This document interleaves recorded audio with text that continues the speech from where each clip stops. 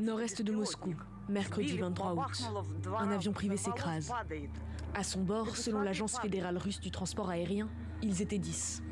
3 membres d'équipage et 7 passagers. Tous sont déclarés morts. Parmi eux, Evgeny Prigojine, patron du groupe paramilitaire Wagner. Mais qui sont ceux qui l'accompagnaient?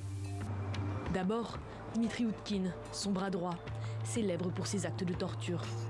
Son alias, Wagner, donne son nom à la société militaire privée qu'ils fondent ensemble. Une référence au compositeur préféré d'Adolf Hitler. Commandement, formation des mercenaires et supervision des opérations de Wagner en Ukraine, ses missions sont multiples. Et à 53 ans, l'ancien des forces spéciales russes est visé par de nombreuses sanctions européennes pour ses exactions. À ses côtés, le matricule M2444, Valéry Tchekalov, 47 ans. Nom de guerre, rover, mais aussi homme d'affaires en charge de la logistique et des activités civiles du groupe. Il gérait les projets d'exploitation des ressources naturelles des pays dans lesquels Wagner est implanté, notamment l'investissement dans le pétrole syrien.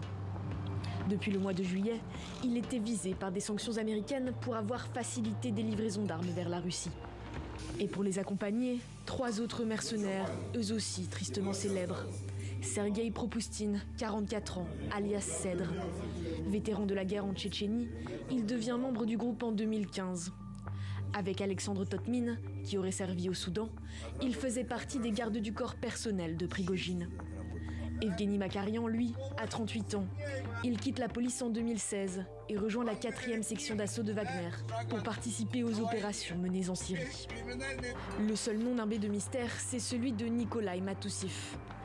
Il n'apparaît dans aucune base de données du groupe et pourrait être un vidéaste, selon Dossier Center, un centre d'investigation indépendant. Dans ce crash, la société militaire privée a perdu 3 de ses chefs les plus influents. Réussira-t-elle à perdurer sans eux? Pour le moment, le président biélorusse Alexandre Loukachenko l'assure. Wagner continuera de vivre en Biélorussie. 10 000 mercenaires y seront déployés d'ici quelques jours.